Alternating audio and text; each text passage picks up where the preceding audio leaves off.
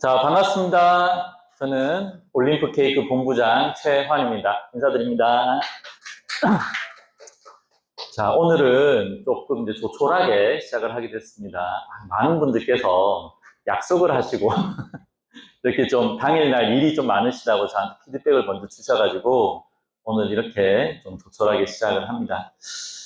자, 제 소개는 저번에 다 해드려가지고, 오늘은 바로 지금 갈 길이 멀거든요. 오늘 양이 너무 많아가지고, 일단 한번 시작을 해보도록 하겠습니다.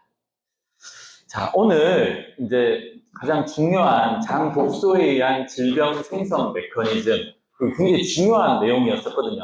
그래서 이 내용을 한번 다시 말씀드리고, 그 다음에 오늘은 영양소와 소화에 관련된 내용을 말씀드릴 거예요. 이 내용을 이해를 하셔야지만이 췌장암이라고 하는 것과 위암이라고 하는 이런 내용들이 왜 무서운지, 왜 예후가 안 좋은지에 대해서 이해를 하실 수가 있습니다. 그리고 이제 암 회복을 위해서 힘써야 하는 세 가지 방법. 그래서 이제 요런 내용들은 조금 이제 추가되고 또 저번 2차 그 토크 콘서트에서 했던 그런 내용들을 조금 복습하는 차원이기도 하고요. 그 다음에 이제 자가면역 질환에 대해서 오늘 말씀을 드릴 건데, 이 자가면역 질환이 회복되는 그런 기전이랑 그런 과정 중에, 환자분들이 겪으셔야 되는 그런 과정들이 있거든요. 그 과정들을 제가 좀 정리를 해봤습니다. 그래서 그렇게 자가면역 질환 회복을 위해서 단계적으로 어떤 영양소로 접근을 해야 되는지 그렇게까지 해서 마무리 짓도록 하겠습니다. 자, 그러면 저번에 한번 했던 내용들을 이제 복습을 한번 해볼게요. 그 기능의학이라고 하는 거는 이제 우리 몸 속에서 근본적으로 우리 몸에 있는 면역 체계나 우리 몸에 이제 기능적인 것들이 문제가 생겼기 때문에 그것들을 회복시키는 그런 과정들로 초점을 맞춰 나가요. 근데 대부분 어떤 내용들을 기준하면 먼저 장내 독소가 침입한 그런 내용들을 기준으로 잡습니다. 그래서 장누수 증후군이라고 하는 것들이 먼저 생기기 시작을 해요. 우리 몸속에서 디스바이오시스라고 이야기를 하죠. 디스바이오시스가 일어나게 되면서 몸속의 장에서부터 독소 물질들이 혈관 속으로 막 들어가는 그런 현상들을 이야기를 하는 거예요. 그리고 유해균들이나 세균, 바이러스들이 몸속으로 침입을 하죠. 그리고 면역과 염증의 이제 시작점이 장에서부터 이제 시작한다라고 하는 걸 보는 게 이제 저희의 관점이고요. 그래서 처음에 우리가 몸을 좋게 만들 때 반드시 소화계를 기준으로 몸을 좀 좋게 만들어야 된다라고 하는 게 시작점이에요. 실제로 이제 그걸로부터 시작을 하고, 그래서 이제 이제 장내 독소가 이렇게 문제가 생겨서 혈관들로 이제 들어가게 되면은 순환계 계통 쪽으로 문제가 생기기 시작을 합니다. 혈관 속에 이 독소 물질들이 막 돌아다니면서 어떤 것을 하고 다니면 일단 산성화를 시켜요. 몸에 이제 pH가 산성화가 되기 시작을 하고 활성산소가 막 늘어나기 시작을 하거든요. 이게 이제 혈관에 독소가 엄청 많아지기 시작을 하고, 그리고 이제 독소 물질들, 우리가 포도당이라든지 지방이라든지 이런 것들이 막 돌아다니고 많이 쌓이게 되면은 이제 순환에 하는 그런 능력들이 많이 떨어지게 되죠. 그러면서 우리 장 속에서 걸러줘야 되는 그런 독소들이 계속 혈관 속으로 들어가다 보니까 우리 인체 속에서 누가 좀 피로하게 많이 이제 일을 하게 되냐면 간이 일을 많이 하게 됩니다. 간에서 해독하는 그런 능력들이 부담이 생기기 시작을 하는 거예요. 그래서 간에 이제 무리가 가기 시작을 하는 그런 단계가 바로 순환계 계통에 문제가 생긴 겁니다. 자, 그리고 나면은 이제 신경 호르몬 축에도 이제 같이 함께 문제가 생기기 시작을 해요. 이게 이제 뭐냐면은 우리 뇌에는 그 호르몬을 이렇게 주관하는 이런 호르몬 체계들이 있거든요. 뇌하수체라고 해서 거기서 호르몬들을 우리가 이제 갑상선이나 부신이나 이런 곳으로 막 보내기 시작을 합니다. 그런데 거기에 문제가 생기는 거예요. 우리 교감신경 들어보셨나요? 교감신경. 그 다음 부교감신경 들어보셨죠? 그죠? 우리 선생님한테 이야기하려면 좀 부끄럽긴 한데, 우리가 이제 교감신경, 부교감신경이라고 하는 게 어떤 거냐면, 이제 교감신경이라고 하는 것은 우리 몸속에 스트레스가 엄청 올라갈 때 생기는 거예요. 우리 몸속에 스트레스가 엄청 올라갈 때. 어떤 증상이냐면, 우리가 생명의 위협을 느낄 때. 예를 들면은, 우리가 이제 막 가다가, 저기 굉장히 거칠고, 막 사람들이 막 덩치 문신하고 있는 이런 사람들이 갑자기 나타나게 되면 우리 몸속에 있는 심리 상태가 어떻게 될까요? 긴장 상태로 변하겠죠. 그 위협을 감지한 거를 교감신경이 활성화됐다라고 하는 거예요. 그 순간에는 얘네들이 나한테 혹시 달려와서 때리지 않을까? 그리고 이런 순간에 내가 위험한 이런 순간을 벗어나기 위해서 어떤 것을 해야 할까? 이런 생각들을 하게 되거든요. 그래서 그런 내용들이 교감신경이 막 활성화가 되어져 있는 거예요. 그럴 때는 우리 몸속에서 소화 기능도 떨어지고, 그 다음에 면역 기능도 떨어집니다. 그 떨어진 그런 상황에서 운동신경이 막 발달을 해요. 왜? 순간적으로 도망가야 되니까. 모든 에너지가 운동신경과 그 위험한 상황 자체를 탈출하는 거에 맞춰지게 됩니다. 그러다가 그 위험한 상황을 딱 벗어나게 되면은 그 교감신경이 부교감신경, 말 그대로 편안한 상태로 변하게 되는 거예요. 스트레스가 떨어지는 그런 상태.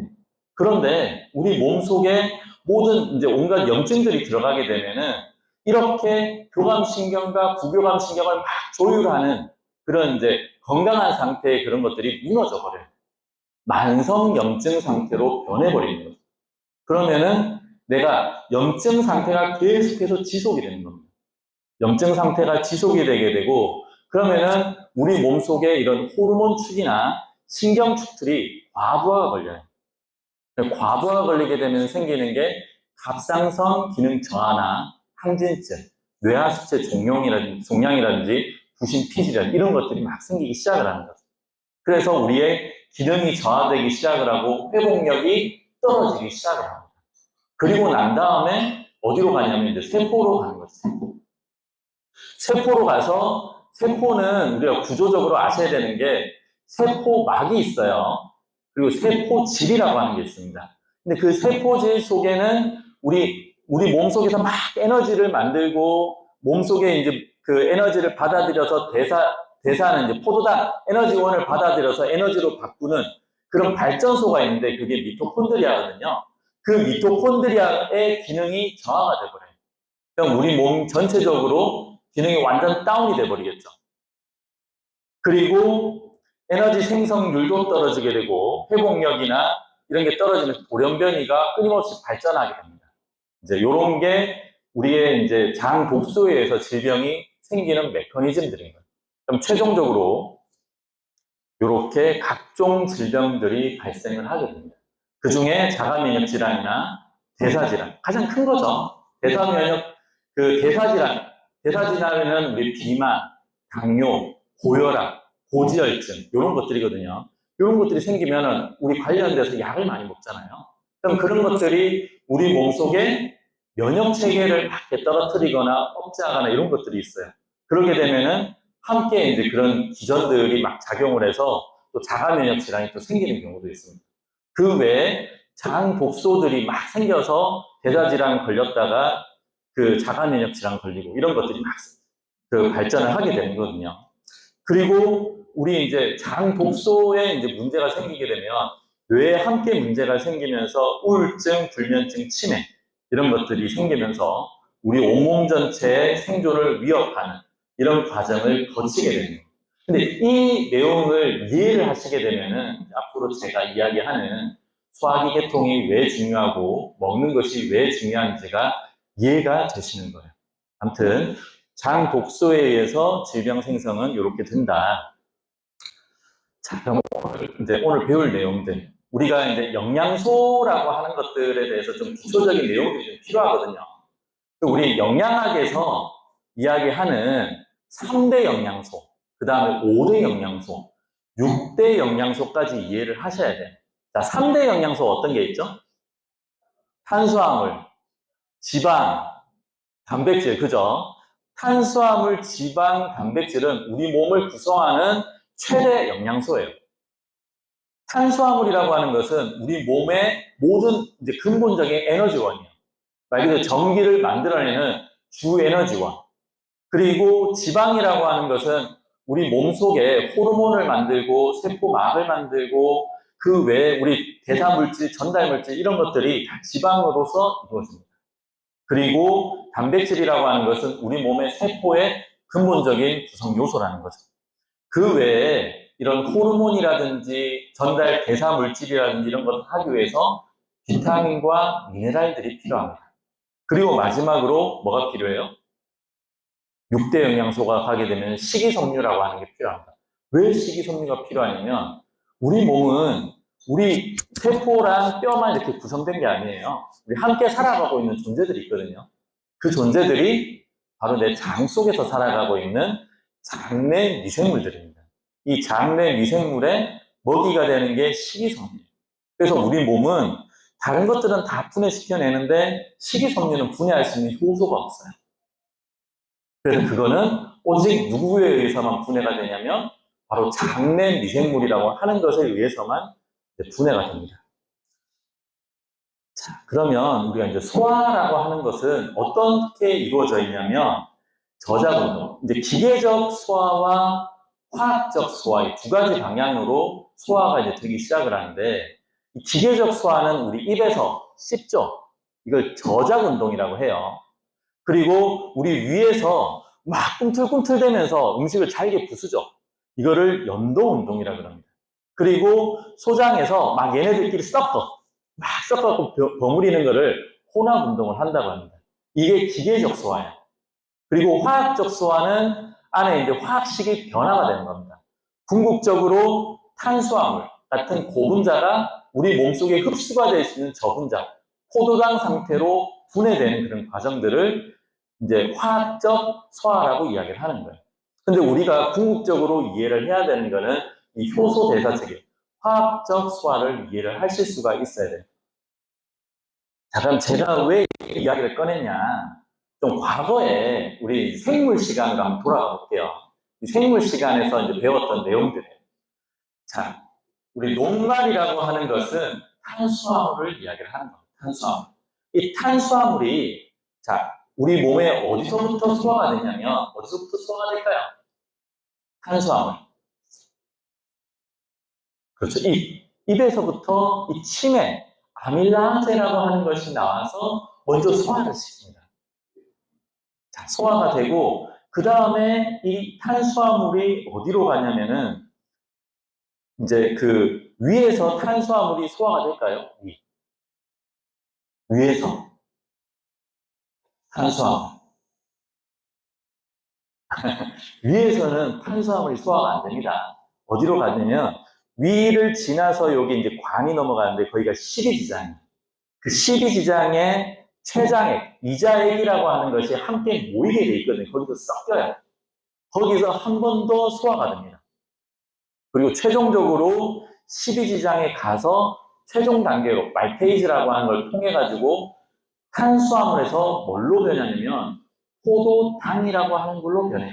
근데 이 포도당이 되게 종류가 몇 가지가 있는데 단당류, 이당류, 다당류 이렇게 구분이 됩니다.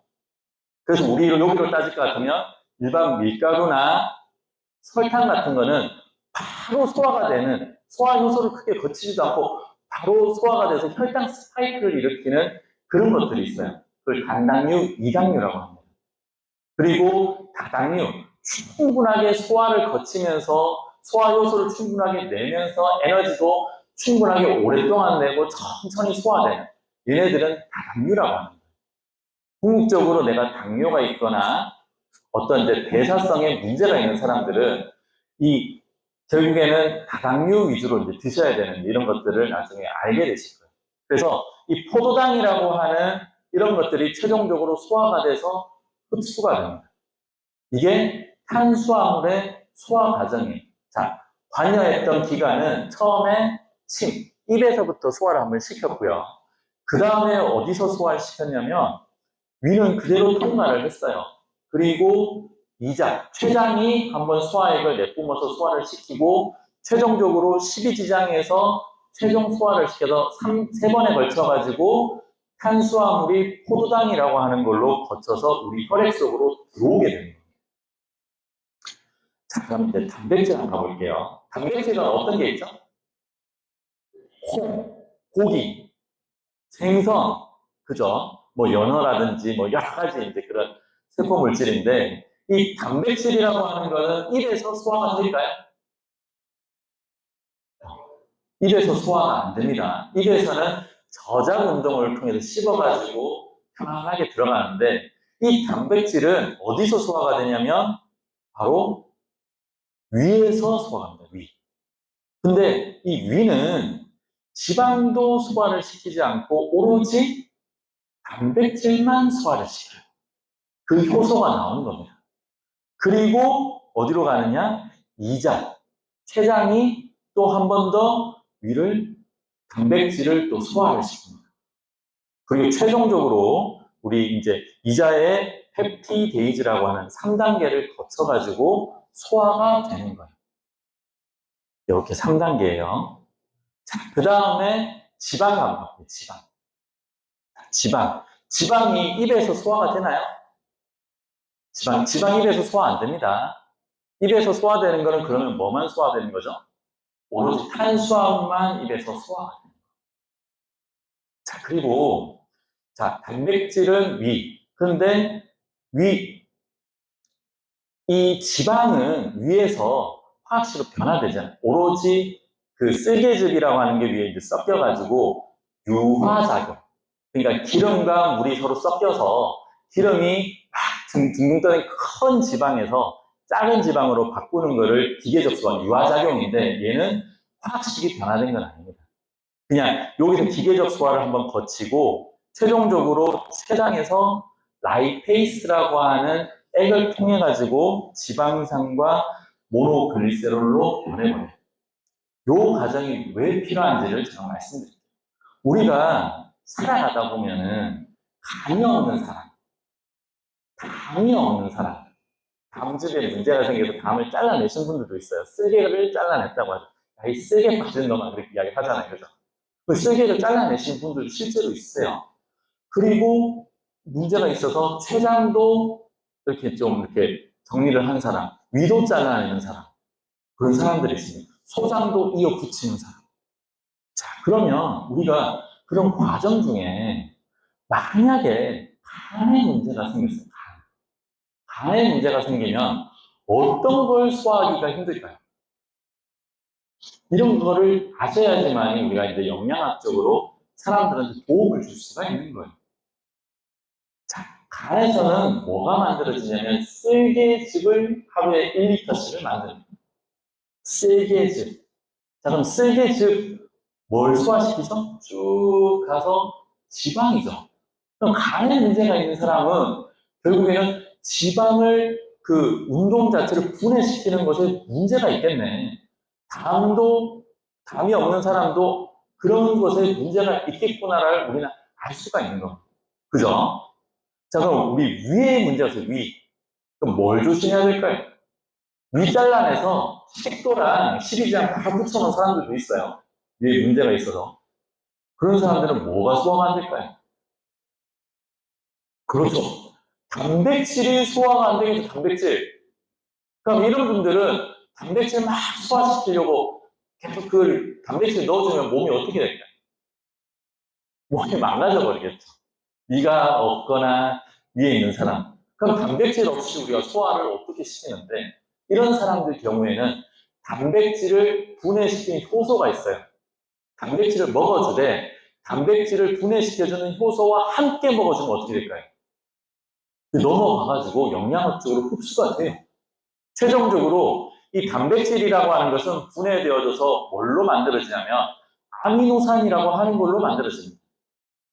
이 아미노산이 우리 몸속에 세포의 그런 구성 요소들이 되는 거예요. 이렇게 이제 분해가 되는데 우리가 위가 안 좋은 사람들은 단백질 분해에 문제가 있겠다. 이런 걸 알 수가 있습니다. 그럼 궁극적으로 오늘 제가 이야기하고 싶었던 여기서는 이자라고 되어져 있는데 우리로 이야기하면 췌장. 자, 췌장이 안 좋은 사람들은 어디에 문제가 생겨요? 췌장이 안 좋아져요. 그렇죠. 여기 보시면은 탄수화물도 췌장에서 소화가 돼요, 안 돼요? 소화가 돼요. 자, 단백질도 췌장에서 소화가 돼요, 안 돼요? 소화가 되죠. 지방도 어떻게 돼요? 라이페이스라고 하는 소화효소로 분해가 된단 말이에요.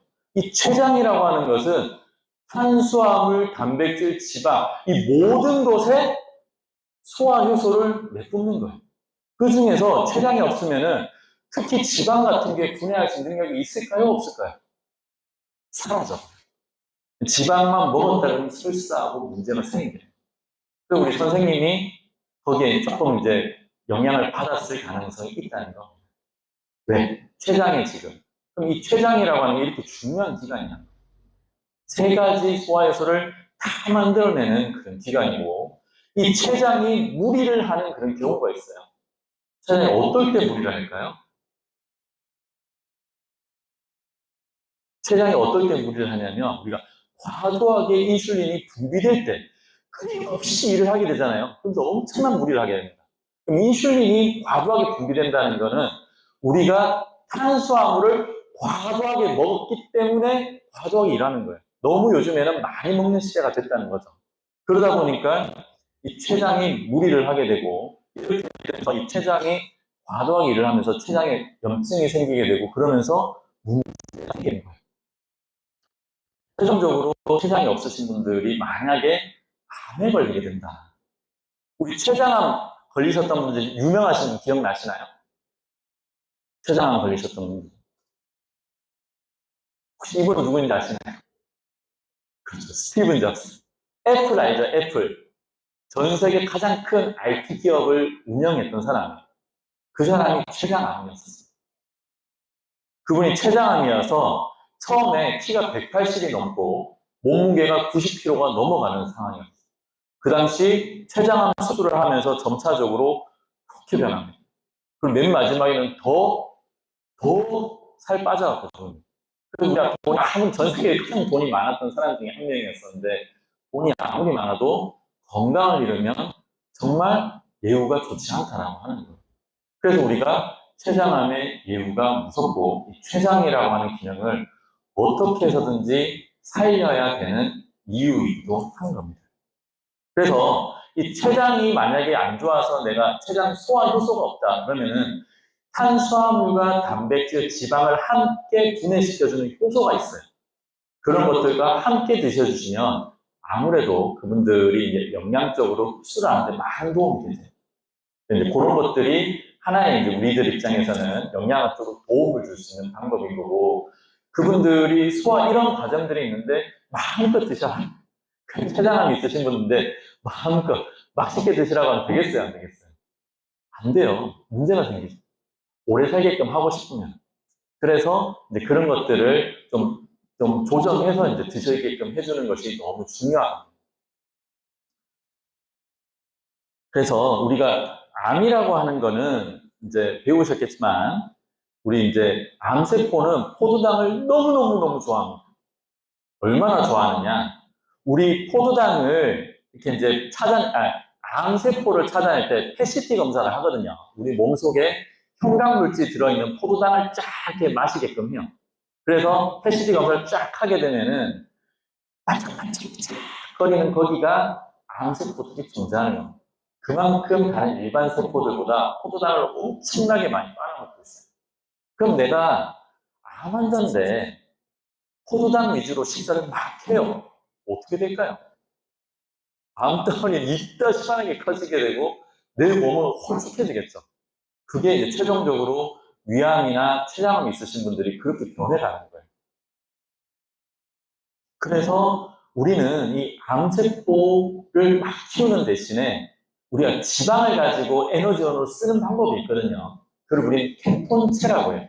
근데 초기에 이런 암세포들이 케톤체 가지고 에너지를 못 만들어요.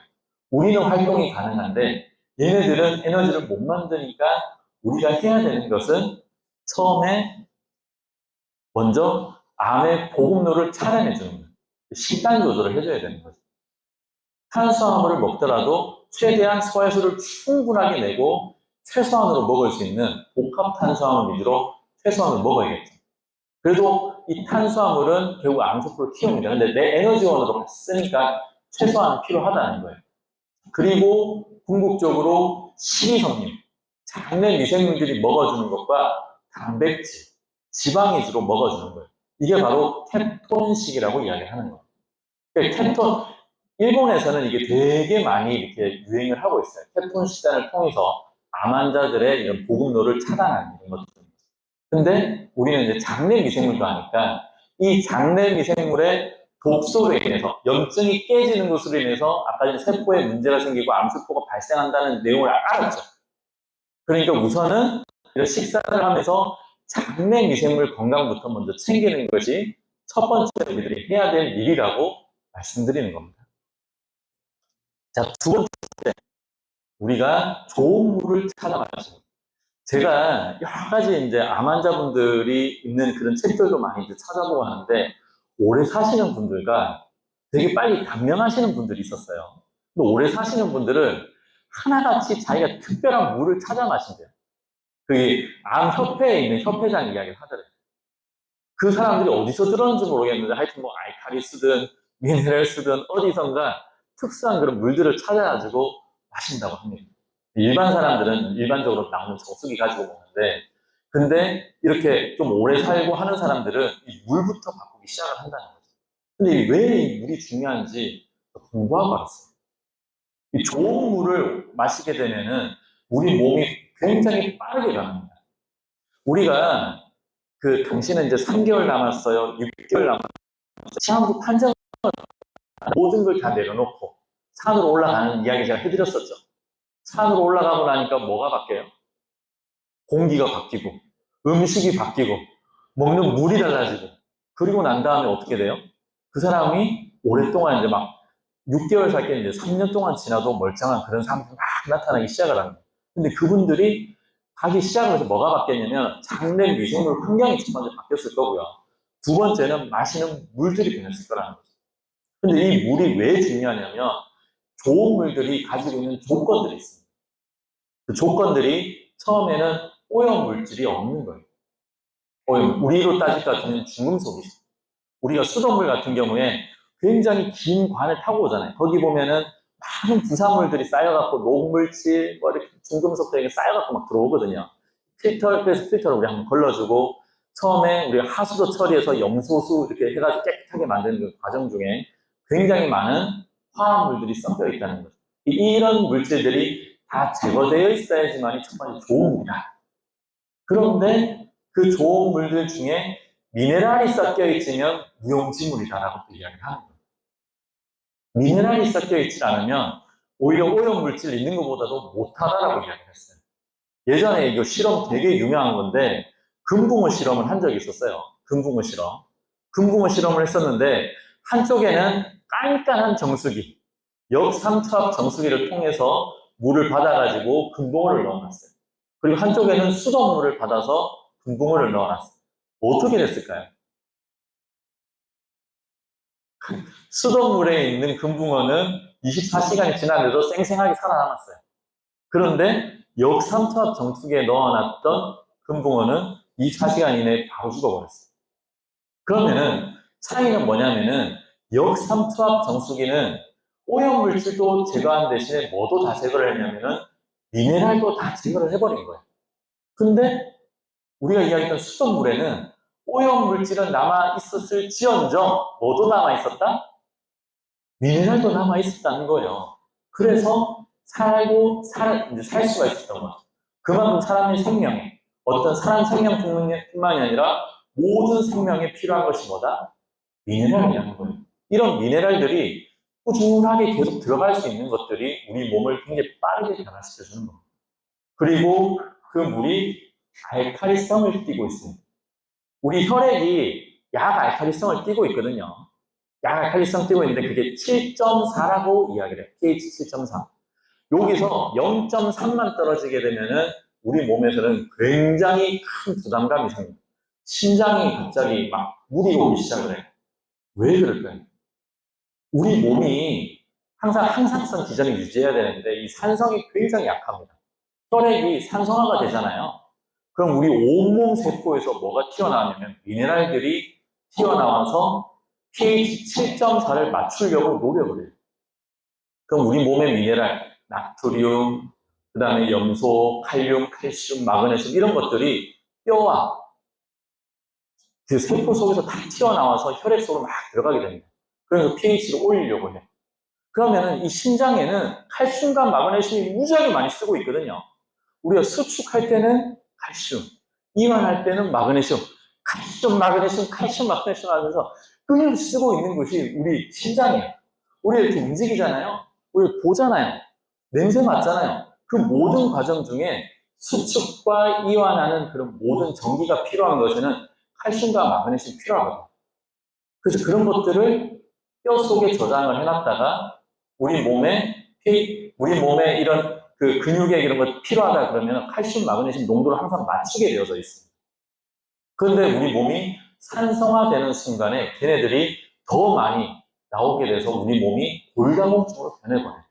그래서 우리 몸에 알칼리성을 만들지 못하면 굉장히 위험해져요. 그래서 그런 것, 알칼리성을 띠고 있는 물이 굉장히 좋은 물이다.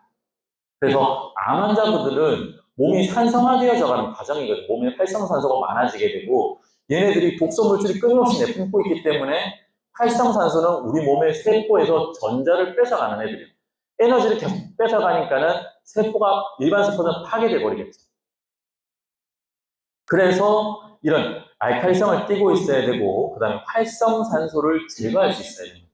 우리 몸에서 과식을 하게 되면 에너지를 만들면서 넘쳐나는 그런 에너지들 속에 활성산소가 너무너무 많이 만들어집니다. 과도한 운동 이런 걸 통할 때 활성산소가 엄청나게 많이 만들어지는데 이런 과정 속에서 활성산소를 제거할 수 있는 물이 참 좋은 물이에요. 활성산소를 제거할 수 있다라고 하는 것은 우리 몸속에 물 속에는 ORP라고 하는 수치가 있습니다. 산화환원전이라고 해서 전기를 가지고 있는데 전자를 줄 수 있는 물. 몸속에 있는 활성산소와 만나서 일반적으로 물로 변해버리는 그런 친구들이 있거든요. 에너지 밀도가 굉장히 높은 물. 그런 걸 활성산소를 제거할 수 있는 물이라고 합니다. 그런 물이라야 몸이 빠르게 변한다는 거고요. 그 다음에 구조가 치밀하고 생체 흡수력이 높아야 된다. 이건 뭐냐면 물의 클러스터가 가늘어야 돼요. 가늘어서 세포막까지 들어가서 세포 속에 있는 독소 물질들을 끄집어낼 수 있어야지만이 그게 좋은 물이라는 겁니다. 그래서 좋은 물일수록 우리 이제 그 클러스터가 가늘고 구조가 치밀하다고 그래 표현을 하는 거예요. 그래서 세포막까지 들어가서 씻어가지고 독소 물질까지 빼낼 수 있는 그런 물들이 좋은 물이다. 그리고 좋은 에너지 파장이 추가되어 있어야 됩니다. 이거는 무슨 뜻이냐면 물은 특이하게도 정보를 저장하려고 하는 힘이 있는 그런 물질입니다. 그래서 우리가 어떤 파동을 막 주잖아요. 그러면은 그 물이 그 파동을 받아들여서 저장을 해버려요. 우리가 말에 힘이 있다는 이야기 들어보셨죠? 소리에 힘이 있는데 너 너무 예뻐, 너 너무 사랑스러워 막 했던 그런 식물 그 물에 담가놓고 어떤 곳에다가는 꽹가리 막 치면서 너 싫어, 미워하면서 막 욕했던 그런 양파 실험한 거 보신 적 있으세요? TV 속에서? 좋은 말 했던 것은 양파가 막 자라면서 뿌리가 막 튼튼하게 내리고 엄청 올라가는데 나쁘게 했던 것은 뿌리까지 썩어버리고 금방 없어져 버렸어요. 무얼 차일까요? 똑같은 양파, 같은 곳 자랐던 양파인데 물에 에너지 파동이 전사가 되어 있습니다. 그래서 좋은 에너지 파장이라고 하는 거는 우리가 이제 지리산의 1월 성수 예를 들면 태양 에너지와 달 에너지를 그대로 머금고 있다 뭐 이런 내용들이 있는데 실제 그 물을 먹고 암 환자분들이 되게 빨리 좋아졌다는 이야기. 그리고 그 아침 이슬보다 저녁 이슬을 통해서 그 임신 안 되는 사람들을 막 치유했던 이야기. 저녁에 수렴하고 모이는 에너지를 이용을 한 거고. 여러 가지 이제 그런 물들의 에너지 파장을 이해를 하고 만들어내는 겁니다. 그래서 독일에는 이 물이 정보를 저장하려고 하는 습성을 가지고 동종요법이라고 하는 걸 써가지고도 치유하는 그런 것들도 있어요. 아무튼 물은 생명인데 좋은 물을 찾아 마심으로 인해서 우리가 할 수 있는 일을 하는 겁니다. 또 우리 몸이 70%가 또 물로 되어져 있잖아요. 그죠? 그리고 몸의 이제 온도를 높이는 거. 우리 항암 환자, 그 항암하시는 분들 중에 온열요법이라고 해서 굉장히 고주파 온열 막 이렇게 쏴주는 그런 게 있어요. 굉장히 좋은 거예요. 왜? 우리 몸의 신부 체온이라고 해서 온도를 1도 이상 높여주는 거거든요. 그런 분들이 실제로 1도가 낮게 되면은 면역력이 감소하고 대사가 저하되고 기분도 다운되고 모든 문제가 생겨요. 근데 우리 몸에서 체온이 1도가 높아지기 때문에 기초 대사율도 엄청 점핑하게 되고 면역력도 3배에서 4배, 최대 5배까지도 올라가고 기분도 좋아지고 대사도 활성화되고 그게 어디에서 좌우된다? 온도에서 좌우된다는 겁니다. 실제로 이 세 가지만 정확하게 알고 실천을 하시더라도 몸이 굉장히 빠르게 변화가 될 수 있는 거예요. 내 몸을 건강하게 만드는 방법 중에 하나입니다. 자, 그래서 지금 이제 제가 소화 관련된 내용 말씀드렸고, 영양소 관련된 내용 말씀드렸고, 우리 몸을 어떻게 좋게 만들어야 되는지에 대해서 말씀드렸어요. 공감되시나요? 공감되세요? 그래서 이제 이렇게 이제 하는 방법들을 이제 배우고 하는 겁니다. 자, 지금부터 이제 자가 면역 질환에 대해서 한번 이야기해 볼게요. 근데 제가 물 한 잔만 살짝 마시고 자가 면역 질환에 대해서 우리 뭐 하실까요? 물 좀 드리세요. 우리 이제 우리 장 선생님 때문에 이거 좀 되게 열심히 공부했었어요, 제가. 왜 그러냐면 이 선생님이 어떻게 하면 몸이 좋아질 수 있을까 생각을 했는데 어떤 증상을 앓고 있으시냐면 코로나19 백신을 맞으시고 제1형 당뇨가 생기셔 버렸어요. 그러니까 아까 전에 그 췌장 그쪽에서도 소화되고 이런 것에 제가 봐서 소화는 괜찮다 그죠? 소화액은 지금 나오고 있기 때문에 그쪽에 있는 세포들을 건드리는 것이 아니라 지금 췌장에 이제 인슐린이 나오도록 만드는 췌장의 그 베타 세포를 지금 건드려 가지고 그게 지금 회복이 지금 안 되고 있는 단계입니다. 그래서 그 안에 이제 제가 요 자가 면역 질환에 대해서 쭉 이야기를 할 건데 그 회복되는 기전에 대해서 한번 이제 같이 공부를 해보면서 공감을 좀 해보는 그런 시간을 가졌으면 좋겠습니다. 자, 우리 면역이라고 하는 거는 한자로 보면은 벗어날 면에 감염병역이라고 하는 단어를 씁니다. 그래서 세균이나 바이러스에 감염된 상태에서 이것을 벗어난다. 이게 바로 면역이에요. 면역. 근데 또 다른 말로는 우리가 이제 항상성 기전을 항상 유지하려고 하는 거죠. 세포가 침입했으니까 우리 몸에 문제가 생겨있고 그것을 정상적으로 돌리는 이 과정도 면역입니다. 그런데 의학계에서는 이 면역이라고 하는 것을 어떻게 표현하냐면은 자기와 비자기를 선별하는 것이라고 이야기를 해요. 그럼 이 자기라고 하는 것과 비자기는 어떤 차이가 있냐면은 자기라고 하는 것은 나에게 친숙한 것, 그리고 나한테 부합하는 것을 이야기를 하는 거예요. 잘 소화되는 것.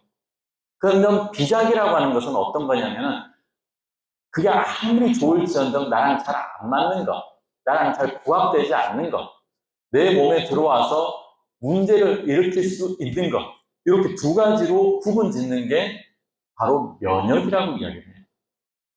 그러면 이 친숙한 것과 자기에 부합하는 것을 명확하게 알고 아닌 것을 분별하는 이런 것들이 이제 면역인데 이 자가 면역 질환이라고 하는 것은 내 몸의 면역세포가 내 몸을 선별하는 질환이라고 이야기합니다. 선별한다. 조금 더 공격적으로 이야기하면 공격한다는 거죠. 과잉 이야기를 하면 내 몸에 자기는 그대로 가만히 놔두고 비자기라고 하는 것을 두고 걔네들을 막 공격하는 거예요. 그 증상을 우리는 자가면역 질환이다라고 표현하는 겁니다. 그럼 내 몸에 이 정상세포를 면역세포들이 막 공격을 해요. 그럼 어떤 증상들이 일어나느냐? 이런 증상들이 일어납니다. 쇼그렌 증후군 들어보셨나요? 쇼그렌 증후군? 이게 뭐냐면은 침샘과 우리 여기 얼굴에 이런 그 눈물샘들 있잖아요. 이게 말라서 건조해지는 거예요. 침샘도 마르고 눈도 건조해지고 이걸 쇼그렌 증후군이라고 이야기합니다.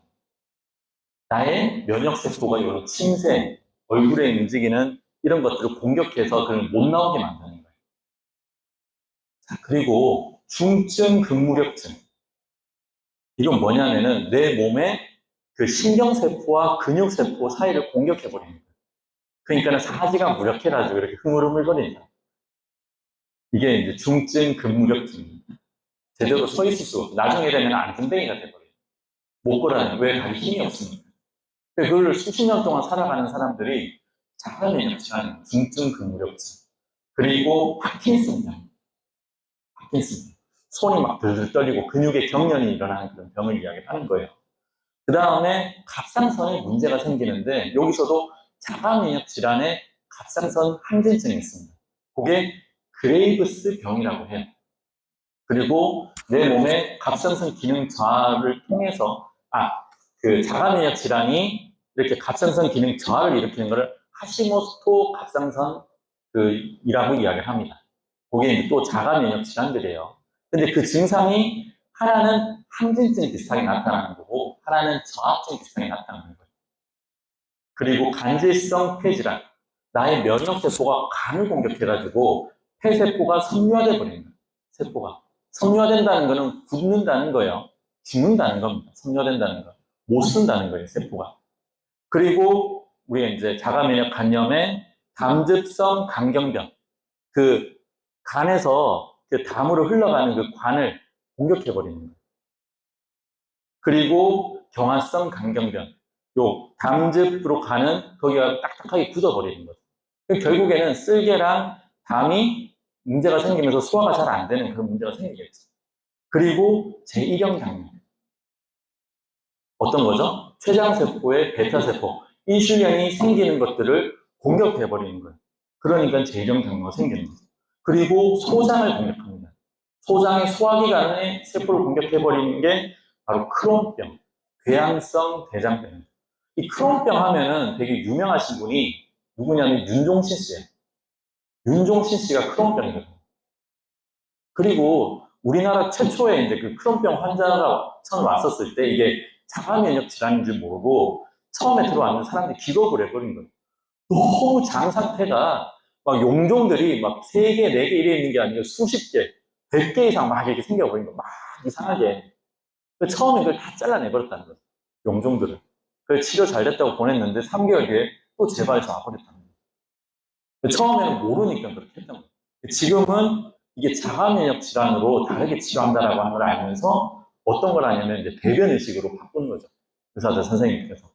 대변은행이 생겨서 건강한 사람의 대변을 그 아픈 사람한테 크론병 있으신 분들 이식을 해주니까 그 속에 있던 그런 박테리아들이 그 크론병 일으키는 그 유해균들을 다 없애면서 좋아지고 치사율이 크론병 걸리면 90%가 넘었었어요.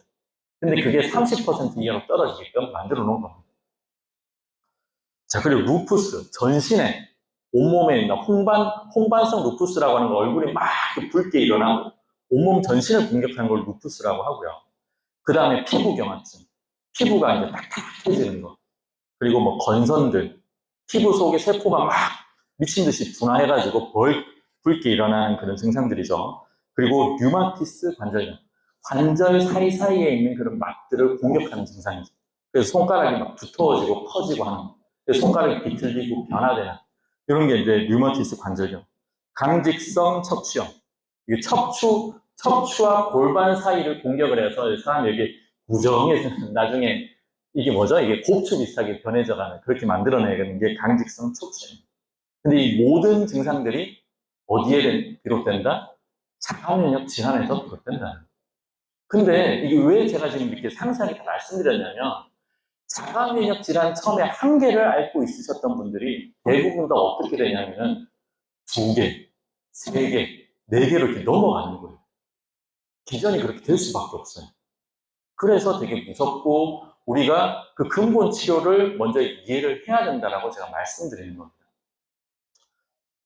자, 그러면 우리 몸 속에서 이렇게 이제 면역세포들이 어떤 역할을 하고 있는지를 좀 이해할 필요성이 있어요. 이걸 좀 잘 이해하고 얘네들이 어떤 역할을 어느 시간 어떻게 만들어내기 때문에 내 몸에서 이런 변화가 일어나는구나를 이해를 하게 되면은 내 몸속의 염증의 흐름을 이해를 하게 됩니다. 그럼 내가 몸이 아프거나 부종이 생기거나 이런 일이 있더라도 이해를 할 수 있는 그런 힘이 생기는 거죠. 아는 게 힘이에요. 그래서 우리 몸속의 면역세포들 중에 자연면역, 이게 어떤 거냐면 수지상세포, 대식세포, NK세포, 호중구.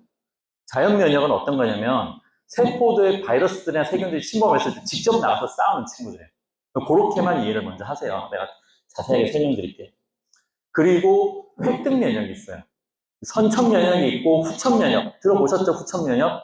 후천면역 결핍증, 후천성 면역 결핍증 뭐죠? 에이즈. 획득 면역에 있는 것들이 문제가 생긴 거예요. 여기에 문제 생기게 되면은 이제 에이즈라고 하는 질병이 생기는데 그 획득 면역이 없는 사람인 거죠. 그래서 다른 질병이 침입하게 되면은 무섭다고 무균실에 막 들어가고 그렇게 하는 게 이제 에이즈인데 우리가 이제 그 획득 면역에는 T림프과 B림프구가 있다. 그리고 T림프구 속에는 보조 T림프구, 세포독성 T림프구, 형질세포, 기억세포 이런 것들이 있다. 자, 이걸 제가 군대로 이렇게 비춰서 설명을 좀 드려볼게요. 이게 되게 좀 이해를 하셔야지 자가면역 질환을 내가 극복할 수 있어요. 그래서 내가 좀 자세하게 해왔어요. 수지상 세포는 어떤 거냐면은 훈련 교관입니다. 훈련 교관. 일반 세포들이 야, 너가 적인지 아군인지를 분별할 수 있도록 먼저 맨 처음 훈련시키는 훈련 교관이 바로 수지상 세포예요. 자, 호중구라고 하는 거는 일반 병사들이고 돌격병입니다.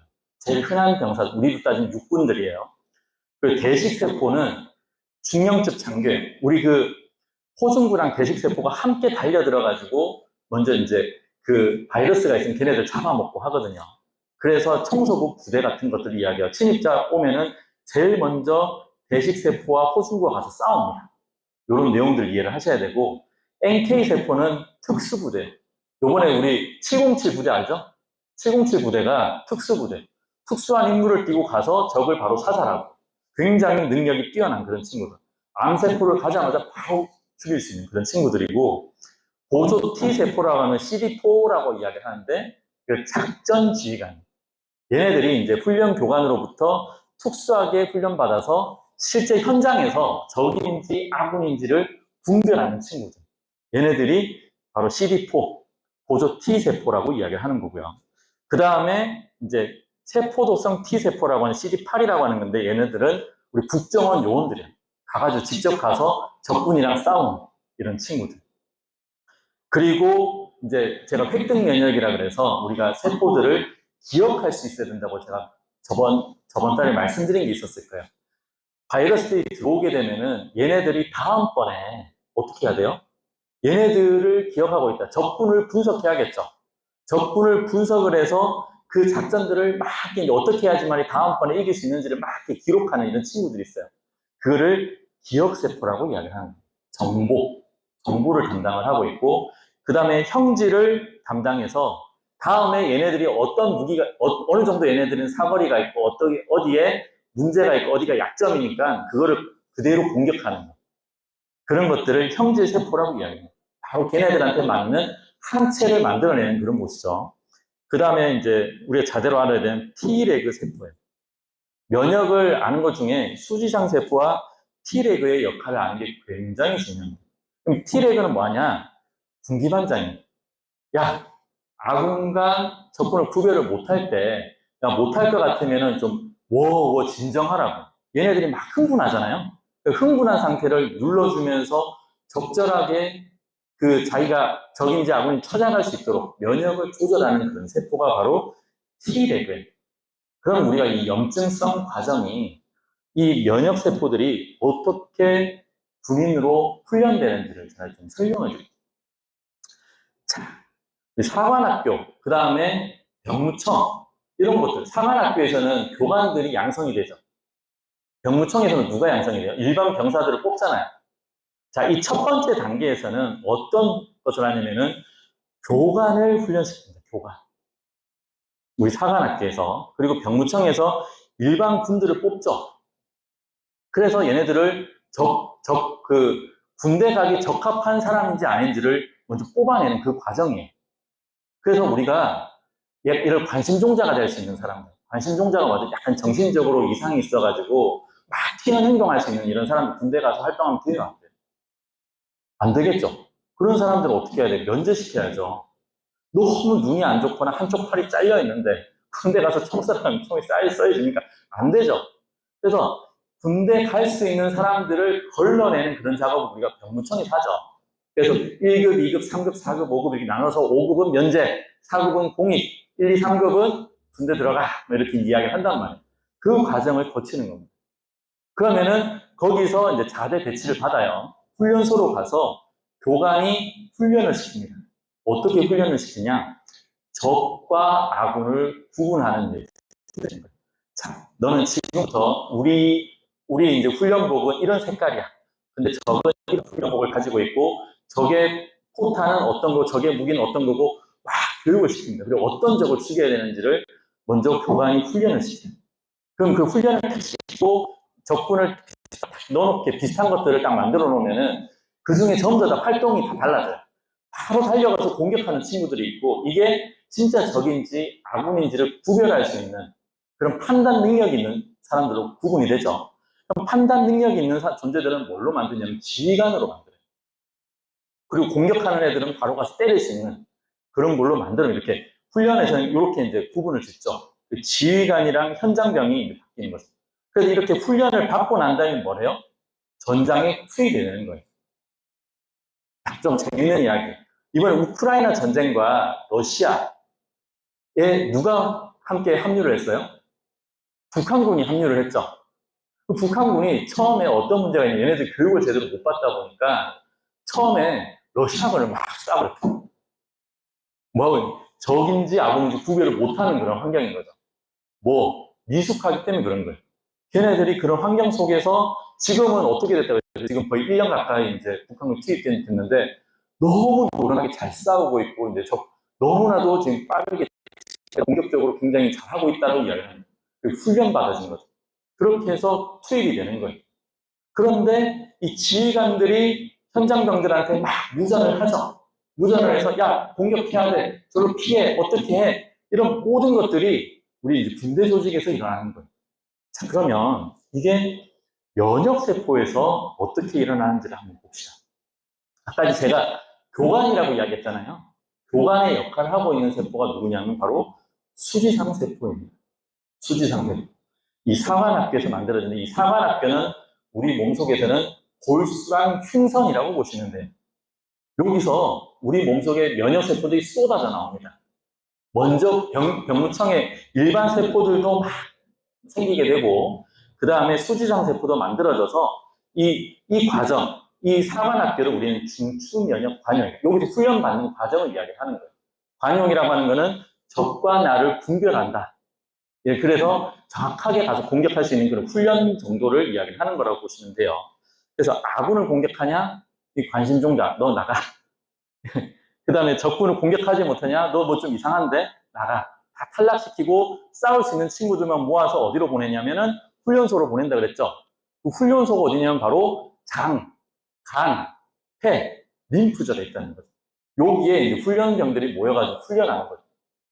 그런데 그 면역세계 장에 엄청 많이 간다라고 제가 좀 말씀드렸어요. 70%. 그 다음에 간, 폐, 림프절. 이런 곳에 우리 면역체계들이 모여가지고 이 교관들이 약간 훈련시킨다 그랬죠.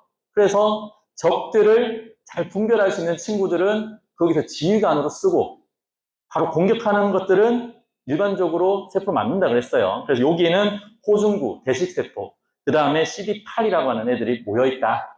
여기는 CD4, 아까 보조 T림프구와 세포독성 T림프구, 그런 애들이 여기서 이제 활동을 한다. 그래서 얘네들이 이제 지휘관들이 가서 보고, 야, 적군이야, 가서 공격해. 그래가지고 무전 호출하는 이런 신호들을 뭐라고 한다? 사이토카인이라고 이야기를 한다. 그럼 이런 것들이 우리 몸속의 면역 체계에서 훈련받아서 막 나가고 있는 거예요. 자, 전장 현장으로 한번 가보겠습니다. 자, 전쟁. 자, 이제 지휘관이 현장을 가보니까는 적군이 벌써 이제 마을을 침범을 했어. 마을에 침범을 해가지고 적군들이 불 지르고 일반 마을들 점령해가지고 자기네들 기지로 만들어버렸어요. 그래서 요 녹색으로 되어져 있는 거는 우리 군이고, 빨갛게 변했는 거는 이미 마을이 다 이렇게 넘어가 버린 거예요. 적군의 땅으로 넘어갔어. 이렇게 막 불 지르고 하니까는 처음에 이 군대들이 어떻게 해야 되겠어요? 적군을 먼저 선별해야겠죠. 아군인지 적군인지, 우리 마을 사람인지 적군인지, 인질인지 아닌지를 구별해서 적군만 먼저 공격을 하는 이런 과정을 거칠 거고요. 그 다음에 적군에게 점령당한 집을 이제 완전히 다 파괴시켜버리는 거죠. 왜? 새롭게 이제 다시 재건해야 되니까. 이미 얘네들은 못 쓰는 땅이 돼버린 거예요. 못 쓰는 건축물 그대로 놔두면 어차피 못 쓰잖아요. 다 헐어내고 새롭게 올려야 되죠. 그래서 전쟁의 잔재들과 이제 그 다음에 시체를 다 치우고 난 다음에 정상적인 집으로 마을 복구까지 하는 것. 이 모든 것들이 군대에서 하는 거예요. 군대는 적만 싸우는 게 아니에요. 집까지 다 짓는 걸 이야기를 하는 겁니다. 그럼 우리 몸속에서 이 과정을 면역세포로 한번 비유를 해볼게요. 자, 그러면 현장에서 전장이 일어나는 이거를 우리 염증 반응이라고 이야기를 하는 거예요. 염증 반응. 우리 몸속에 있는 면역세포와 저기 침범한 바이러스나 세포나 아니면은 안 좋은 암세포나 이런 것들이 막 싸우고 있는 직접적인 현장. 그 현장이 뭐다? 염증이 일어나고 있는 곳이라는 거죠. 자, 그러면은 그렇게 하기 위해서 지휘관들이 전투 지시를 하면서 먼저 적군을 선별해서 공격하라. 그러면은 대식세포랑 호중구들이 달려가서 얘네들을 먼저 잡아먹어버려요. 그를 식균작용, 이물질을 포식한다고 이야기를 하는 겁니다. 그리고 적들을 이제 섬멸시키고 노화랑 손상된 세포들을 어떻게 해요? 제거하는 과정을 거친단 말이에요. 그리고 이제 죽은 세포들의 파편을 정리를 해야겠죠. 그리고 세포 조직 복구하고 재생하는 이 과정을 우리 몸속에서 거친다 이 말입니다. 이 염증 반응이 일어나는 거예요. 우리 몸이 아프고 뭐하고 하는 이 과정 중에는 이런 것들이 존재를 하고 있는 겁니다. 자, 그런데 전쟁이 길어졌어요. 전쟁이 길어졌어. 그러면 보니까는 적군들이 계속 들어오네. 적군들이 물밀듯이 들어와. 아군 어떻게 해야 될까요? 아군 어떻게 해야 될까? 본부 연락해야겠죠. 본부장님, 지금 적군들이 너무 많이 늘어나서 어떻게 추가 투입 인력이 필요합니다. 그러면은 사령부에서 훈련회가 시켜가지고 훈련된 인력들을 보내줘야겠죠. 러시아군이 부족하니까 어떻게 사람들을 집어넣는 것과 같은 것처럼 투입시킨단 말이에요. 그리고 탱크 부대를 만들기 위해서 어떻게 해요? 도로를 확장시켜야겠죠. 도로를 확장시키고 그 길을 놓는 거죠. 길을 놓고 탱크들이 들어갈 수 있도록 만들어요. 그런 길들도 만듭니다. 자, 그리고 난 다음에 그 전투를 빵빵 하고 하죠. 소음 일어나고 폭발하고 모든 것이 막 난리치게 됩니다. 이게 전쟁의 양상이에요. 이게 우리 몸에서 똑같이 일어나고 있는 똑같이 일어나고 있는 겁니다. 자, 현장병들이 야, 대장님 여기 보초병들 더 많이 만들어야 됩니다 하는 게 무슨 반응이냐면 우리 히스타민 반응과 프로스토글라딘이라고 하는 거를 만들어내는 거예요. 이게 뭐냐면은 히스타민이라고 하는 이런 것도 우리 피부 속에서 일어나는 그런 증상들이고요. 프로스토글란딘은 우리 몸에서 열이 나고 몸에 통증 나고 막 이런 것들을 일으키는 그런 진통이 왜 이게 일어나느냐? 적군 지원하다 보니까는 몸속에서 면역세계를 빨리 만들어서 보내줘야 되거든요. 그러면 탱크를 보내는 것과 같이 혈관 확장시켜야 되니까요. 그죠? 혈관 확장시키는 그 과정에서 우리 몸에서 어떤 현상이 일어날까? 몸이 붓는 증상이 일어나는 거예요. 몸이 붓기가 생기는 겁니다. 자, 그리고 그 몸 속에서 막 우리 피부 쪽으로 그 병사들이 막 달려가는 그런 과정 중에 어떤 증상이 나면 간지러워요. 간지럽고, 열나고, 통증이 수반됩니다. 이런 것들이 나오게 되면 통증 수반이에요. 그래서 우리 군을 막 모아가지고 결국에는 저기랑 막 싸우니까 엄청나게 폭탄, 소음, 난리 일어나듯이 우리 몸은 붓고, 가렵고, 열나고, 아프고 이거를 홍종열통이라고 이야기를 하거든요. 그런 것들이 몸속에서 막 일어나는 겁니다. 이게 무슨 반응이다? 우리 몸이 적군을 섬멸하고 싸우고 있는 그런 과정을 이야기를 하는 거예요. 목이 따갑거나 목이 열나거나 이런 게 전부 다 뭐다? 염증 반응. 우리 몸이 치유되고 있는 과정이랍니다. 자, 전쟁이 짧게 끝나지 않고 계속 길어져 버렸어요. 어떻게 될까요? 전쟁이 길어져 버렸어. 역시 본부에서 긴가민가해. 옛날 선조가 이 전쟁이 길어지니까 왜 너 공격 안 했냐? 그러면서 이순신 장군을 막 대기종군 시켜가지고 그죠? 문제 삼듯이 이제는 본부에서 짜증을 내기 시작을 합니다. 우리 몸이 막 가렵고 아픈 증상이 너무 오랫동안 지속이 되니까 뭐래요? 자, 지금부터는 너희들 보급도 없어. 보급 안 해줄 거야. 탱크 지원군 안 보내줄 거야. 다 잘라버립니다. 그럼 얘네들이 계속 끊임없이 싸울 수 있을까요? 없을까요? 자, 그런 것들이 너희들 왜 이렇게 시끄럽게 싸웠어? 왜 이렇게 오랫동안 싸웠어? 왜 빨리 적을 못 끝내? 그리고 내가 너무 아프단 말이야. 그리고 우리가 하는 게 있죠. 자, 우리가 뭘 해? 고초병들이 우리가 지원 요청할 때 뭘 해요? 히스타민이랑 프로스트글란딘이라고 뿜어낸다 그랬죠. 그런데 그거를 항히스타민제로 먹어서 눌러버려요. 항프로스트글란딘 억제시키는 거. 이게 이제 소염 진통제. 아프니까는 소염 진통제 먹고 항히스타민제 해서 알레르기 반응 눌러버려요. 자, 그렇게 하게 되니까는 우리 몸 속에서 이제 염증 반응이 사그라들죠. 염증 반응이 사그라들면서 혈관 도로 넓혀놨던 게 어떻게 돼요? 좁아지겠죠. 염증이 눌리면서 되고 있는데 우리의 면역 세포들은 어떻게 될까? 얘네들이 제대로 지금 적이 다 치워진 게 아니고 끊임없이 적들이 아직 있는 상황인데, 아니 덜 치워졌는데 우리는 그 가렵고 아프고 염증이 일어나고 머리 아프고 이런 것들 때문에 어떻게 해버렸어요? 일단 염증을 억눌렀죠. 그리고 난 다음에 군대 사기가 어떻게 될까? 우리가 열심히 싸웠음에도 불구하고 이제는 이제 본부에서 지원을 못 해주네. 지원도 안 해주네. 우리가 했던 게 뭐야? 군대 사기가 확 떨어집니다.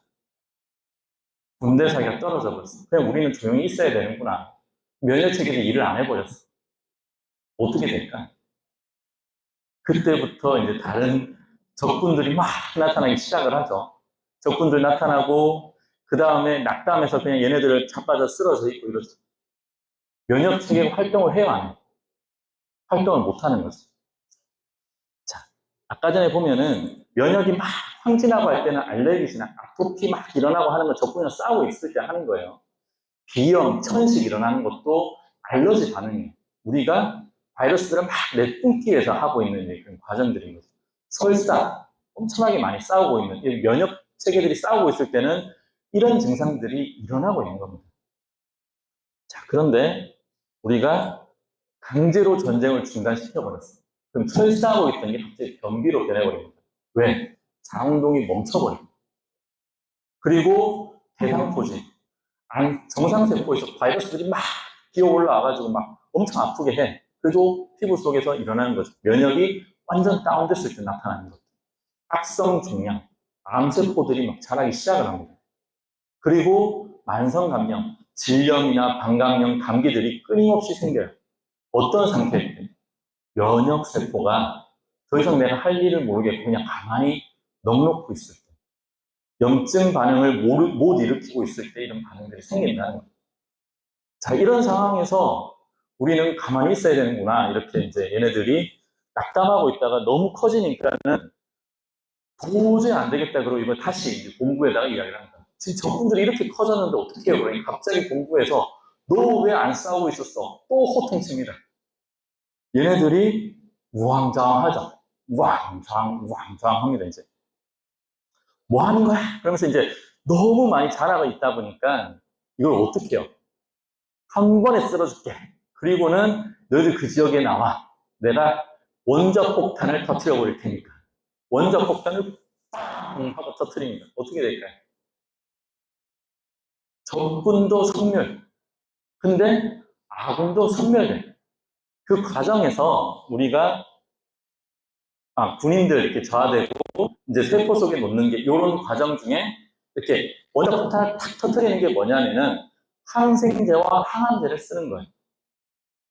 자, 그럼 항생제의 의미는 뭐냐면은 우리가 이제 요 훈련소가 폭파된 거예요. 훈련소가 어디라 그랬죠? 장, 간, 폐, 림프구라 그랬죠.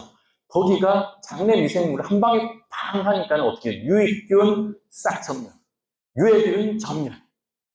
적군과 악은 없이 다 전면하는데 장내 미생물이 하는 역할이 뭐예요?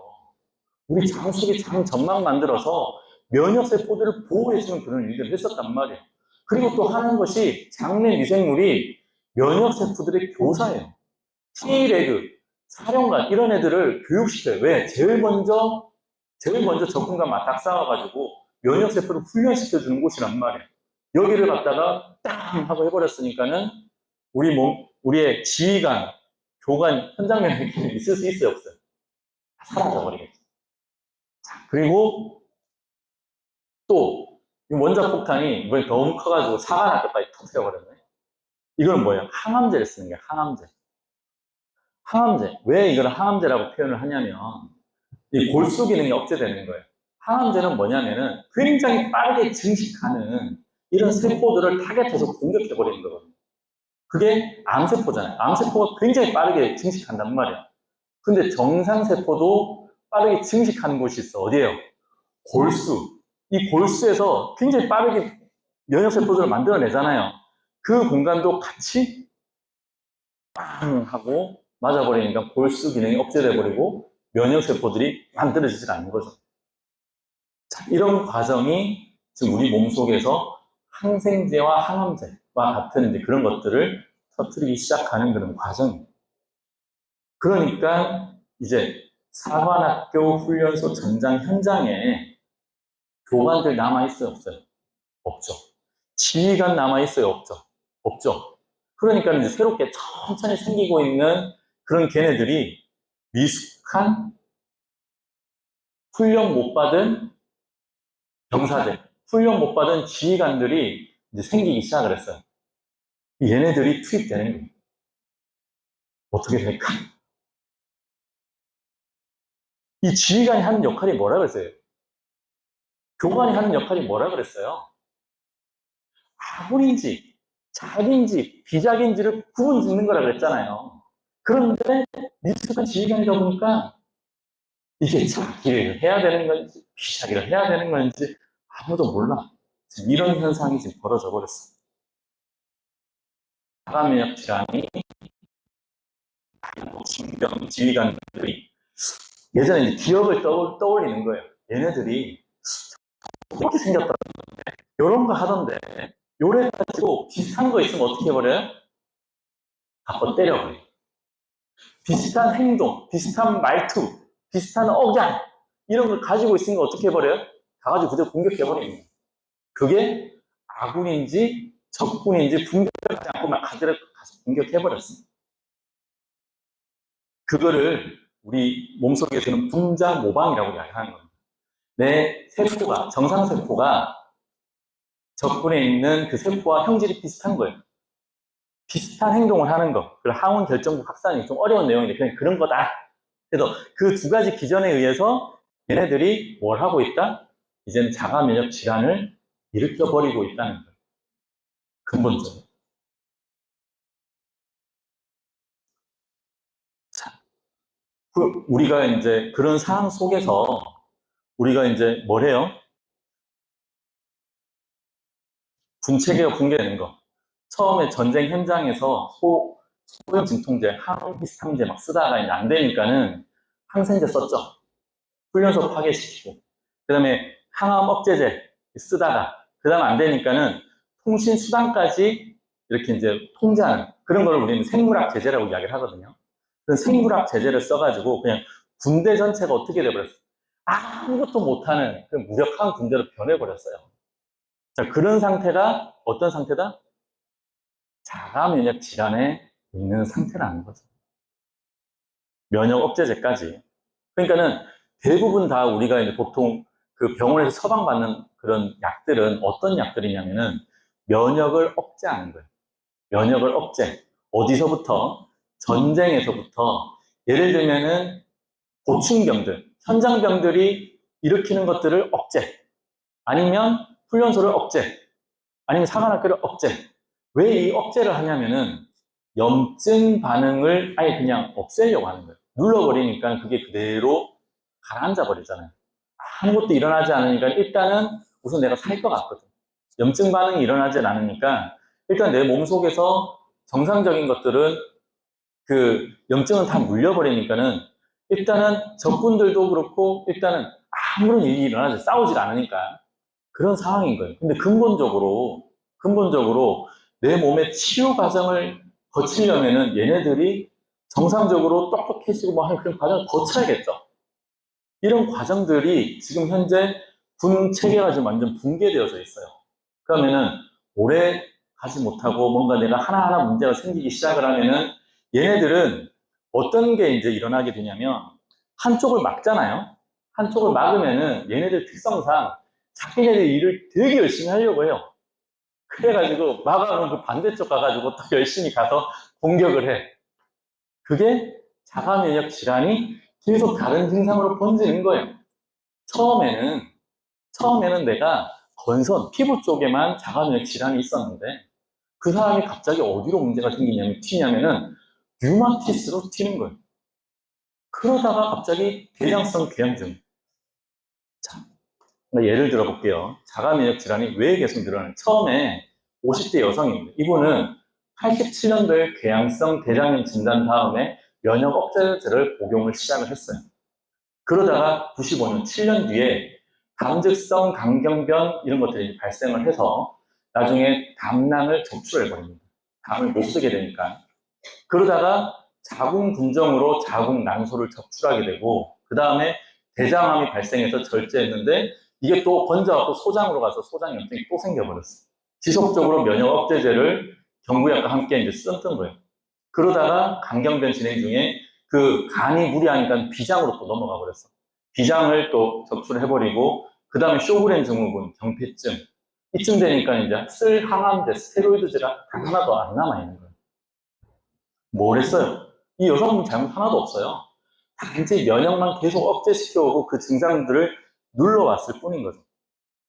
그런데 우리의 몸의 면역 체계는 계속해서 이동하면서 얘네들이 자기가 끊임없이 이건 아니다라고 생각을 하고 교육받지 못한 상황에서 끊임없이 일을 하는 게 그게 바로 자가면역 질환인 거예요. 그럼 회복해야겠죠. 그래서 회복되는 그런 과정, 지난한 과정들을 제가 말씀을 드려볼게요. 그래서 우리가 이걸 솔직히 이제 이겨내려면은 우리가 내 몸을 잘 대화를 하셔야 돼요. 내 몸속에서 일어나고 있는 염증 반응과 내 몸속에 일어나고 있는 통증과 내 몸속에서 일어나고 있는 아주 세세한 미묘한 그런 변화들을 귀 기울이셔야 됩니다. 얘네들이 내 몸속에서 어떤 이야기를 전달하려고 하는지를 알고 계셔야 되는 거예요. 그게 뭐냐? 경고 신호인 거예요, 경고 신호. 내 몸에서 뭔가 문제가 자꾸 생기고 있어. 그럼 경고 신호를 계속하고 있는 거예요. 몸의 신호를 무시하면은 큰 병으로 나중에 발전하기 때문에 이것들을 잘 귀를 기울이셔야 되는 거예요. 여기서부터 시작인 겁니다. 자, 그러면은 치유 과정의 염증 단계, 반드시 이 과정을 거치면서 자가면역 질환들은 좋아지게 되어져 있습니다. 첫 번째 우리 염증 나타나는 인식 단계. 위험 신호를 감지해요. 위험 신호를 감지했다. 병원체가 나타난 걸 알았어. 어떻게 해요? 그 부분에 가가지고 적군이 어디까지 침범했는지를 범위를 파악을 하는 거겠죠. 그래서 군대는 얼마나 동원해야 되고 뭐 어떻게 해야 되고 근데 그쪽에 이제 투입되는 물량들을 막 먼저 계산해가지고 그걸로 막 달려가 염증 반응이 서서히 일어나기 시작을 하는 그 단계를 이야기하는 거예요. 그 과정 중에 혈관이 확장될까요? 안 될까요? 혈관 확장되고 몸에 열이 서서히 올라오기 시작을 하고 몸이 으슬으슬하게 춥고 뭔가 몸살 나기 10초 직전에 있는 그 단계라고 보시면 돼요. 그러다가 동원 단계, 이제 적군들과 직접적으로 맞닥뜨려서 직접 싸우는 단계. 싸우는 단계. 면역세포가 집결해서 이제 부종이 막 커져가지고 우리 탱크들 막 지나갈 수 있도록 다 만들어 놓고 백혈구들이 막 그쪽 부위로 막 달려들고 온몸 전체에 막 비슷한 예를 들면 아까 홍종 열통이라고 했죠. 그런 것들이 엄청 크게 일어나고 있는 그런 상태가 동원 단계입니다. 그러다가 이제 효과가 가게 되면은 얘네들이 열심히 싸우고 있는 단계에서는 누가 이길지 몰라. 적이 이길지 아니면 우리 편이 이길지 모르는 상황이. 그런 상황에서 이제 적군들이 없어지기 시작을 하는 거예요. 병원체들이 제거되기 시작을 하고, 손상된 조직들이 이제 다시 분해되기 시작을 하고, 해체되고, 우리 친구들, 우리 몸속에 있던 면역 군인들이 이제 막 활발하게 되면서 뭔가 이기는 것 같아. 점차적으로 이 효과기 때 우리 이제 간의 CRP 수치라 그래요. 간의 염증 수치가 최대치가 됩니다. 근데 이미 이때 동원 단계에서 최대치 끌어올렸던 것이 그 표시가 나타나고, 이때는 점차 이제 얘네들이 감소되고 있는 단계가 약간 시간차가 생긴다고 합니다. 그래서 염증 반응이 최대치가 되고 열방성이 증가되다가 이제 해소가 되면서 리폭신, 리졸빈이라고 하는 게 있는데, 이게 몸속에서 스트레스를 낮추면서 몸이 정상화되어지는 과정을 이야기하는 거예요. 그리고 항염증 일어나고 몸이 정상적으로 돌아오는 이 과정이 거치는 것이 우리 몸속에서 염증이 생겼다 사라지고 몸이 회복되는 과정이라는 거예요. 대부분 사람들은 어디서 못 넘기지? 동원 단계를 못 넘기는 거예요. 왜? 내 몸이 갑자기 붓기 시작을 하고 아프기 시작하고 몸이 막 무겁기 시작하고 온몸 자체가 막 어떤 반응이 일어날지 모르는데, 피부면 그래도 좋죠. 눈에 보이니까. 몸 속에서 일어나는 건 어떤 반응이 어떻게 일어나는, 이게 알러지인지 좋은 건지 알 수가 없어. 그러니까는 우리가 동원 단계에서 바로 염증을 억눌러버리는 이런 그런 걸로 돌아가 버리는 거예요. 근데 원래는 이 과정을 거치면서 얘네들이 회복할 수 있도록 도와줘야 되는 거예요.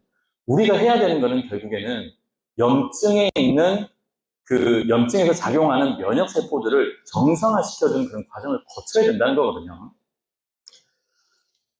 자, 그래서 이제 첫 번째 단계, 항원 노출이 되는 적군이라고 할 수 있는 것들은 일단 다 제거시켜야 됩니다. 일단 이건 뭐냐면은, 우리가 먹는 음식이 있죠. 음식 중에 알레르기 반응을 일으킬 수 있는 일단 제거. 일단은 면역 반응으로 일으킬 수 있는 모든 것들은 스톱시키는 거예요. 스톱. 그래서 우리 몸 속에서 예를 들어서 환경독소라 그래서 우리 몸에서 예를 들어서 환경 호르몬이 일어나서 내 몸에 염증이 일어날 수 있잖아요. 그리고 내가 그 개 알러지 있는데 개털 자꾸 맞게 되면 어떻게 돼요? 끊임없이 내 몸을 싸우고 있게 되는 이런 것들 다 제거. 일단은 항원 물질을 다 차단한다라고 하는, 내 몸 속에서 면역 반응이 일어나는 것들을 일단은 스톱시키는 게 첫 번째 시작이 돼야 되는 거예요.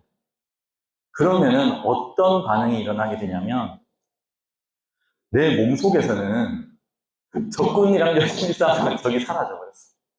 알레르기 물질 먹던가 안 먹고 내 몸이 어떤 것들을 해야 될지 모르니까 일단 스톱. 적이 사라져버렸어. 그러면은 면역이 어떻게 되냐면은, 전쟁이 끝났나? 열심히 싸우면 적이 없어지니까 얘네들이 시무룩해져 버려. 막 열심히 막 긴장이 이제 풀어지는 단계죠. 긴장이 풀려가지고 이제 막 어떻게 해야 되지? 집으로 돌아가야 되나? 이렇게 멍청해지는 단계. 열심히 싸우다가 이제 목표가 사라져 버렸어. 목표가 사라져서 염증 반응이 감소합니다. 예를 들면 우리 피부로 따질 것 같으면은 딱 그 부위로 한정돼서 딱 정해져 버리는 거예요. 딱 정해지는 거예요. 자, 그 다음에 이제는 면역이 이제 항진됩니다. 자, 적군들이 다 사라지고 나니까 이제 정신이 돌아오는데 좀 시간이 걸려요. 정신이 회복되는 그런 과정이 되니까, 이제 보니까는 이제 전장에 참상들이 드러나기 시작해요. 막 시체들 막 널브러져 있고, 그 다음에 막 건물들 다 부셔져 있고, 얘네들 이제 다시 복원해야겠죠. 그래서 적군들이 점령했던 부위 전체를 다시 그냥 싹 다 밀어버리고 재건하는 과정을 거치게 됩니다. 이게 면역 항진기라고 이야기해요. 면역이 다시 막 끌어올라가는 거죠. 다시 이때는 뭐 어떻게 되겠어요? 붓고 열나고 아프고 한단 말이에요.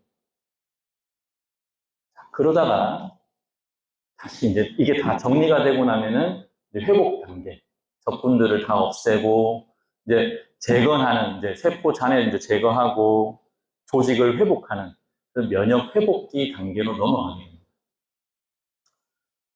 이 과정을 거치는데 사람들이 처음에 이제 내가 어떤 것들을 뭔가 약을 끊거나 아니면은 내가 알레르기 물질 자체를 안 하거나 그럼 일단 면이 확 저하됐다가 내 면역세포들이 이제 정상화되기 시작을 하면은, 정신 차리기 시작하면은, 일단은 눈에 보이는 적군, 혹은 그 몸속에서 이제 막 이렇게 상처 생기게 되면 치료하려고 하잖아요. 그렇게 이제 막 손상되어져 있는 그런 부위가 보이기 시작을 하면서 그 부위를 치료하기 위해서 면역 항진증, 몸에 열도 일어나고 그런 것들을 없애기 위해서 막 일어나요.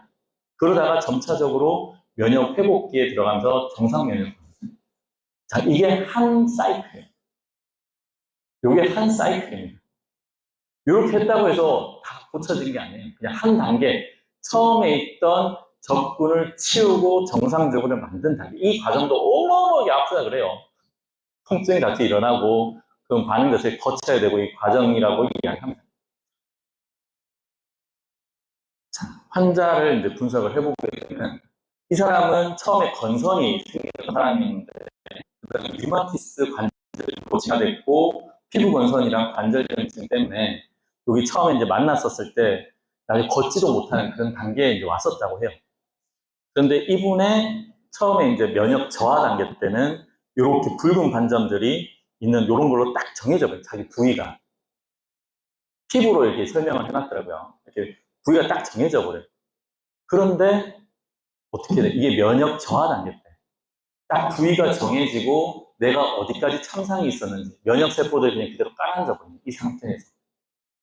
그런데 다시 내 몸이 회복되는 그런 과정을 보니까 이제는 요 부위만 벌건 게 아니라 이 온몸 전체가 다 붉어져 버려요. 여기 오히려 그냥 빨갰던 부위가 아니라 온몸 전체가 그냥 확 일어나 버리는 거예요. 확.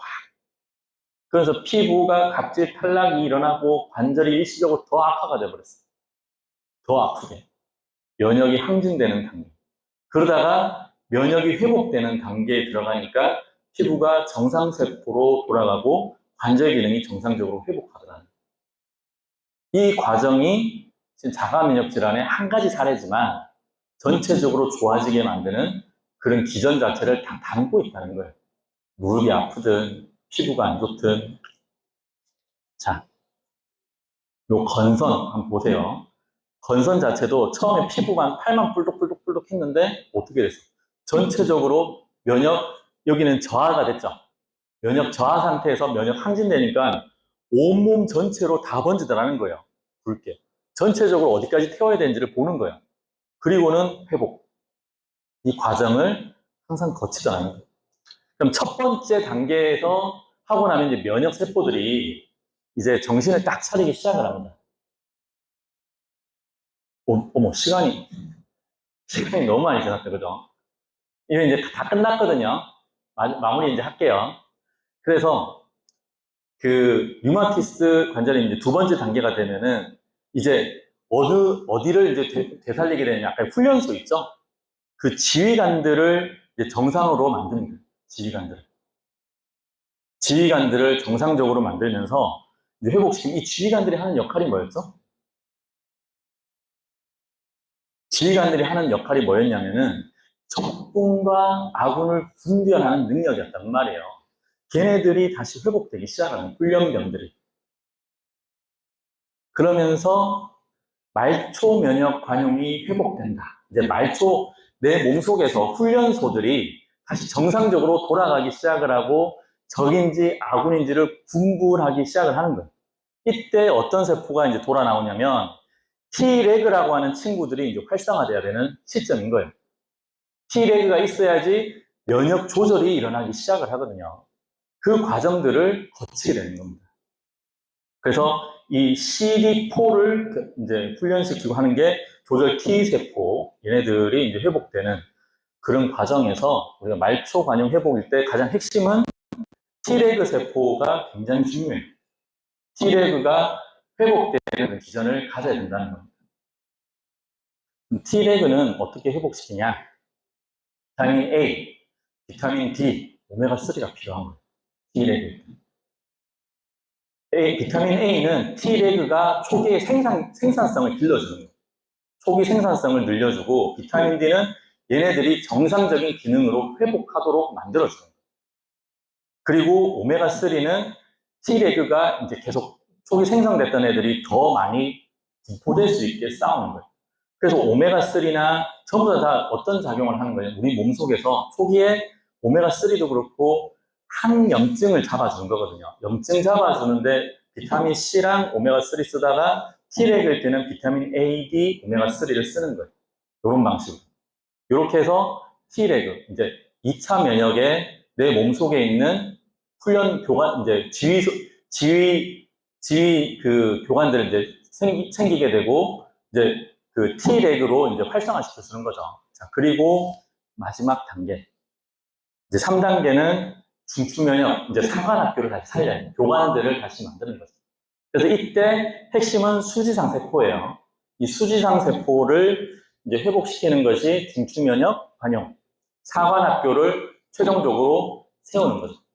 그래서 수지상 세포는 비타민 A와 레티노산, 아연과 셀레늄, 폴리페놀, 엽산, B12, 콜린이라고 하는 것들이 필요합니다.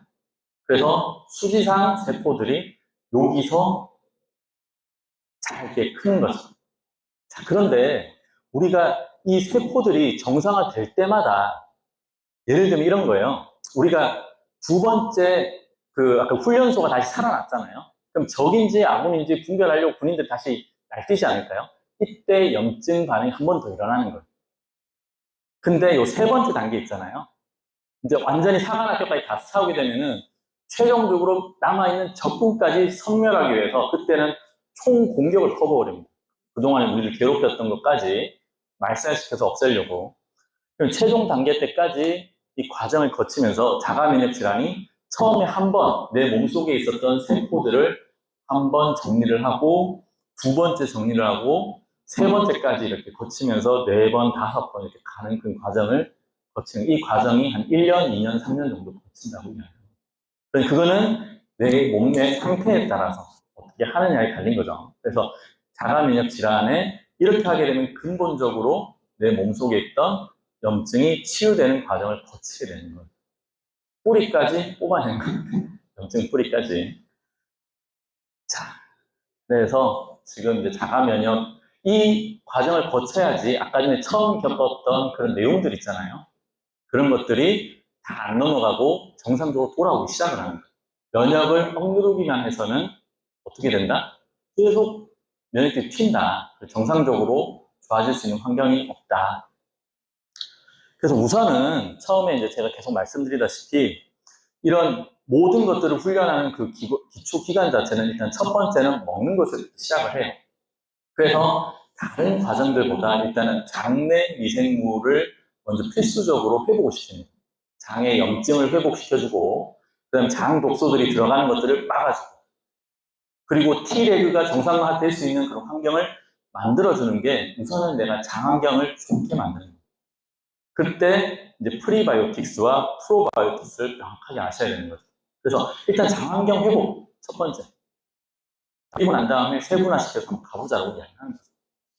내 몸에 면역 반응이 일어나면서. 그래서 내 몸의 장이 먼저 우선적으로 개선이 되어져 있으면은 자가 면역 질환에 대한 것들도 함께 좋게 만드는데 어마어마한 큰 도움이 되겠죠. 프리바이오틱스는 요런, 요거는 저기 있으니까 한번 보세요. 그 다음에 프로바이오틱스는 자, 오늘 제가 이제 딱 1시간 반 맞췄거든요. 볼까요? 그죠? 딱 1시간 반이. 자, 오늘 이제 열심히 자가 면역 질환에 대해서 제가 설명을 했는데 어때요? 들어보시니까? 좀 어려워요? 어려운데, 이해는 가요? 내 몸에서 일어났던 그런 과정들, 앞으로 내가 어떤 일을 겪어야 될지, 그 과정 중에서 내가 어떤 염증의 그런 과정들이 내 몸에서 일어나고 있구나라고 하는 거를 들어야겠다는 그런 생각은 드시죠? 그런 과정들. 근데 일단 우선 장이 회복되기 시작을 하고 면역 체계를 끌어올려주면은, 아까 그 회복들, 그런 과정들이 나타날 거다라고 생각을 해요. 그래서 가능하다. 이 과정을 거치게 돼. 근데 아까 먹는 것에서 내 알러지 반응이 일어나는 거 있잖아요. 그럼 일어나는 것들을 우리가 어떻게 다른 방법으로 대체를 해서 T레그 살려주고 수지장 세포 살려줄지 어떻게 해서 우리 면역 체계를 정상화 시킬지를 제대로 아는 게 중요한 거죠. 근데 이 과정을 거쳤던 사람들은 다 근본 뿌리부터 좋아지는 거죠.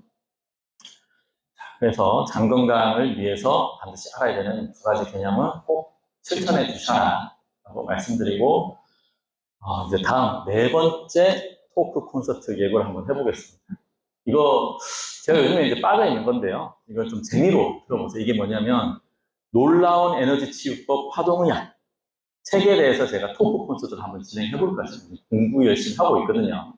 이게 이제 리차드 거버라고 하는 사람이 우리 몸은 에너지체로 돼 있다.